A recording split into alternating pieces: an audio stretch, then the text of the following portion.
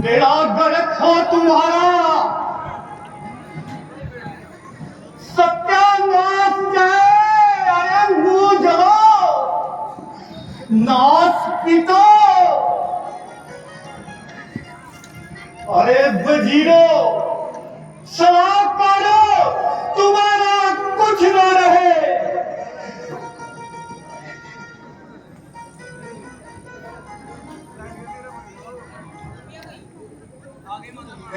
राजा दशरथ, अब यहाँ पर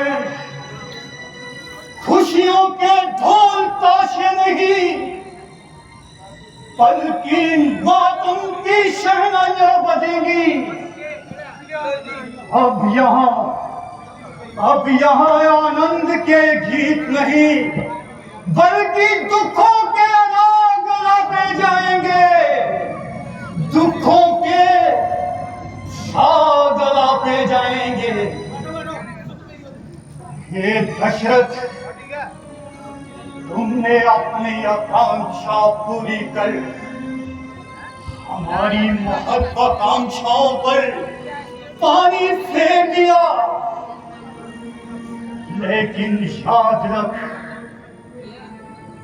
मैं भी तुझे ऐसे स्थान पर मारूंगी कि तुझे आखिरी समय में पानी पिलाने वाला कोई ना होगा।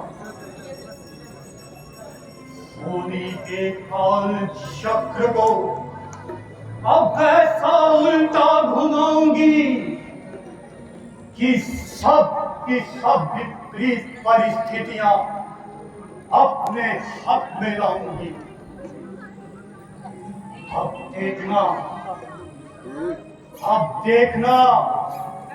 होनी की ऐसी चौसर बिछाऊंगी और कुटिलता की ऐसी चालें चलूंगी कि चित भी अपनी और पट भी। रानी, तुझे तो मैं चौसर के मध्य में बिठाऊंगी और राजा दशरथ, तुझे चौसर के चारों खानों पे भगा भगा कर ऐसा भगाऊंगी कि तेरी शय और बात अवश्य होगी, अवश्य होगी। हाँ, क्या आपने हथेली पर सरसों उगती हुई देखी है? नहीं, अभी दिखाती हूँ। हाँ।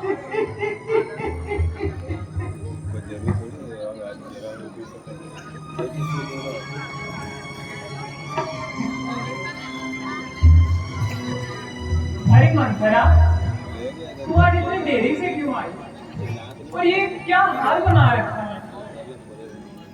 उदास क्यों है? मंथरा, तू उत्तर क्यों नहीं देती? लंबी सांसें लिए जा रही है और ये क्या क्रिया चरित्र करके आंसू बहा रही है? कल होगा जिसका राज तिलक, मर्तबा बुलंद उसी का है।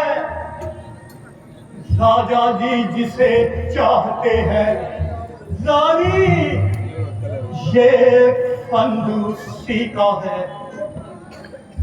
कुछ तुम्हें सुनाई देता है? ये खुशी नहीं, ये मातम है। बजते हैं जो नगाड़े,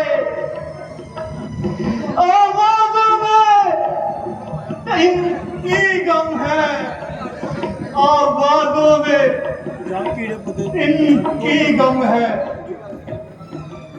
यार बंद कर भाग्य को शल्या है दया उसी पर विधना की रानी किस घोर नींद में है पहचान चाल निज राजा की तू सदा जीतती थी जोसन लेकिन अब हाथ खा रही है ले देख देख गोट तेरी रानी किस घर में हाथ खा रही है बेरंग में है बदरंग है तू जो पासे नृत्य प्यारे थे तेरे छक्के छूट जाएंगे अब तो उनके वो बारे हैं वह बाहर आने वाला है जो तीर छुपा है तरकश में तू समझी थी राजा दशरथ तेरा है तेरे वश में है जो तुझको प्राण समझते थे निशिवासर तेरे रहते थे जो प्यार भरत को करते थे नैनों का तारा कहते थे वही राजा वही दशरथ जब तेरी बातें जाता है हकदार राम को माना है उसको ही मुकुट पहनाता है उसको ही मुकुट पहनाता है अरे ये सब छोड़ और मुझे ये बता कि आज दरबार में क्या घोषणा हुई रानी जी मैं क्या कहूँ बड़े गजब की बात जब से मैंने ये सुना थर थर कांपे घाट थर थर कांपे घाट थर थर कांपे घाट बात क्या कहूँ बड़ी दुखदाई इंसान सभा ने बैठा मनमानी बात बनाई राम बना दिए युवराज नहीं किसी ने जुबान हिलाई राज तिलक की राजा ने कल की तारीख ठहराई गजब गजब हो गया रानी बात कर ली मनमानी पूरी तकदीर हमारी तुम्हारी राम को मिल गया राज मेरे भरत को मिल गई ताबेदारी रानी जी महाराज ने आज एक आम दरबार किया और अपनी मंशा का इस तरह इजहार किया कि वह राम को ही राजा बनाना चाहते हैं और उसी के सर रघुवंश का ताज पहनाना चाहते हैं ये कहने की देर थी कि मोए वजीरों मंत्रियों ने भी उनकी हाँ में हाँ मिला दी और सबने यही नेक सलाह दी कि राम ही सब में लायक है और वही राज्य करने के काबिल है वो घास तिलक के लिए भी इतनी जल्दी कि चट रोटी पट दाल ले बेटा ये चला जानी कल सब काम हो जाएगा और हर तरफ राम ही राम हो जाएगा फिर तुम महलों में बैठकर कौवे उड़ाना अगर नहीं तो फिर कुशल्या के पांव दबाना बस इधर विधाता भी कुशल्या के अनुकूल है तुझे देखकर कुशल्या के मन में हर्ष समाए नहीं समाता, समाए नहीं समाता। अरे तू खुद जाकर ये सारी शोभा क्यों नहीं देख लेती, जिसे देखकर मेरा हृदय अभी तक चल रहा है। अरे तो धोखे से ननिहाल बेच दिया और चुपके से शाम के राज्य का मुहूर्त तय कर दिया। अरे रानी, तुझे तो केवल बनाव श्रृंगार और नींद ही प्यारी है। अरे तुझे राजा का कपट दिखाई दे रहा है कि नहीं?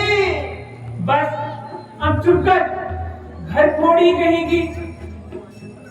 यथा वे भरतो मान्य तथा भूयो विराजः कौशल्याते अतिरिक्तम जमं शुश्रुते बहु। मेरे लिए जैसे भरत मान्य है, वैसे ही बल्कि उससे भी बढ़कर राम मुझे प्राणों से भी प्रिय है। वे कौशल्या से अधिक मेरी सेवा करता था और मुझे प्रेम करता था। धर्मज्ञो गुणवान दांता कृतज्ञ सत्वान शुचि रामो राजसुतो ज्येष्ठो यो राज्य अर्हति। अरे मंथरा, राम तो गुणों की खान है, वो कृतज्ञ है। इसके साथ साथ वो तो महाराज के ज्येष्ठ पुत्र भी हैं। इसलिए राजा बनने के अधिकारी केवल राम ही है। विधाता अगर अगली बार मुझे जन्म दे तो मैं चाहूंगी कि राम मेरी कोख से पैदा हो और कौशल्या भी मेरी पुत्रवधू बने। अरे इतना शुभ समाचार लेकर आई है, इस समाचार को सुनकर तुझे जलन कैसी? अनर्थ अनर्थ दर्शिनी मूर्खयां आत्मा नभ्य से शोक व्यसन विस्तीर्णे मज्जन्ति दुख सागरे। हानि अज्ञानतावश और मूर्खतावश तुम अनर्थ को ही अर्थ समझ रही हो, क्योंकि तुम्हें अपनी स्थिति का पता नहीं, क्योंकि तुम दुख के उस महासागर में डूब रही हो जहां अनिष्ट और दुख के महान विस्तार को प्राप्त होने जा रही हो। शुभम ते भरतम रामम प्रापे राज्यम कंटकम शांतरम न्यायता लोकांतरम थापिवा। रानी, शरीर धाम को निष्कंटक राज्य मिल गया। भारत को इस देश से बाहर निकाल देगा, अथवा वे उसे मारकर प्रलोभ भी पहुंचा सकता है। अभी जग में वारण्य सिंहेन गजयूथपम प्रक्षाद्यमानं रामेण भरतं चातुमर्हसि, भरतं चातुमर्हसि। इस प्रकार वन में सिंह हाथियों के झुंड के मुखिया पर आक्रमण करता है और वह भागा भागा फिरता है, उसी प्रकार राम भरत का अनिष्ट करेंगे। इसलिए इस अनिष्ट से भरत की रक्षा करो, भरत की रक्षा करो, भरत की रक्षा करो। ये तो शरद विदित है कि सोतन जाया किसको मारा।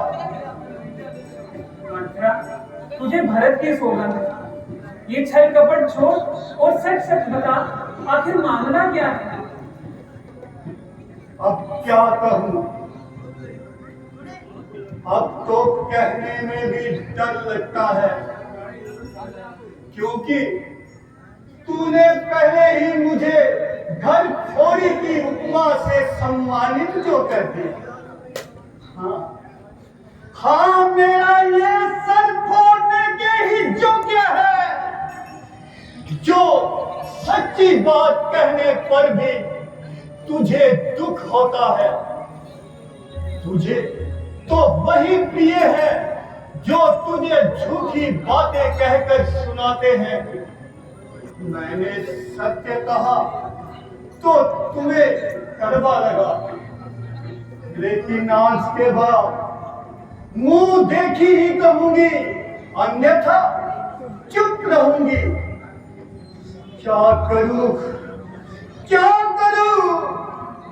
मुझसे तेरा दुख सहा भी तो नहीं जाता, इसीलिए तुझे समझाने चली आई थी।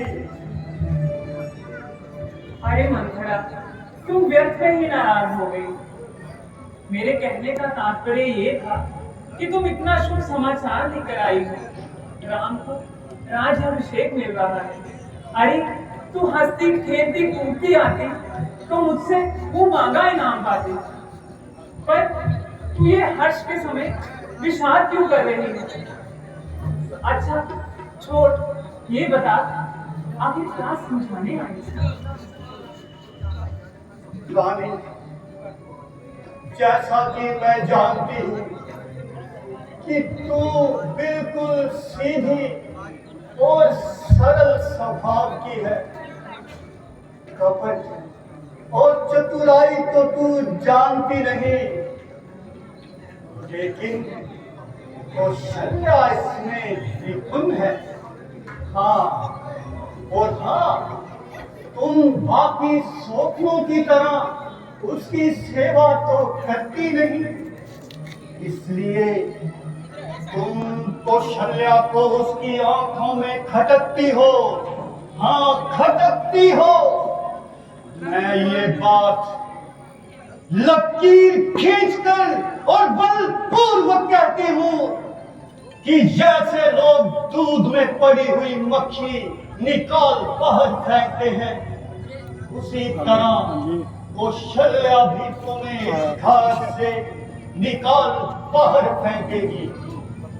हाँ हाँ, यदि पुत्र सहित उसकी चाकरी बजाओगी तो ही इस घर में रह पाओगी, अन्यथा घर में रहने का कोई उपाय नहीं।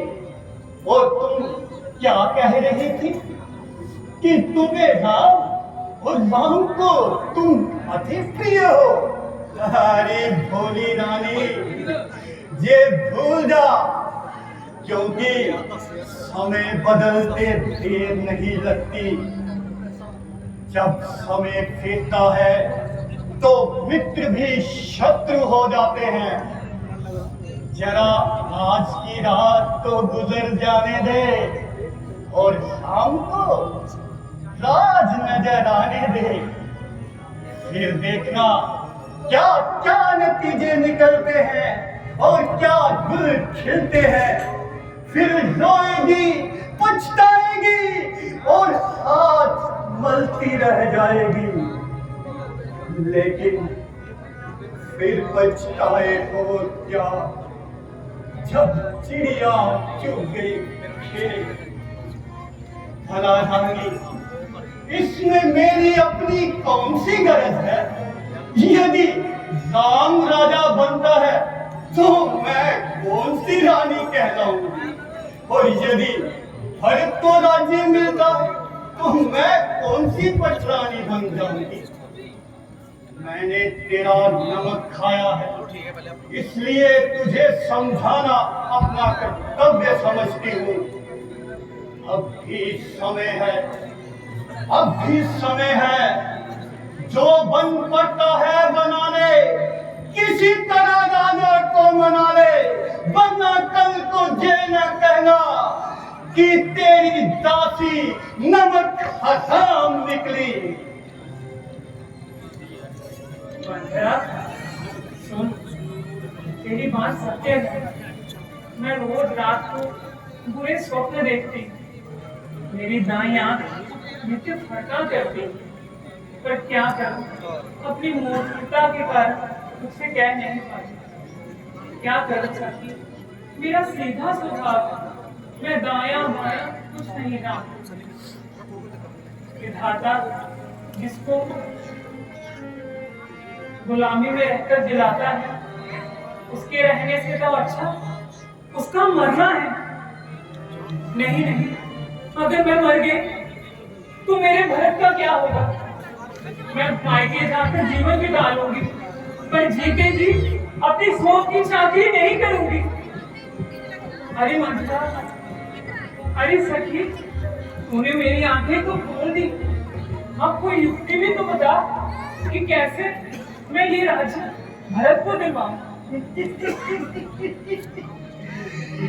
अरे रानी, जब तू मेरे साथ है तो ये समस्त सृष्टि भी मेरे साथ है। इसलिए अब तुझे मैं ऐसी युक्ति बतलाऊंगी कि जिससे चित्त भी अपनी और पट भी, और उस दशरथ की क्षय और मात निश्चित ही होगी, निश्चित ही होगी।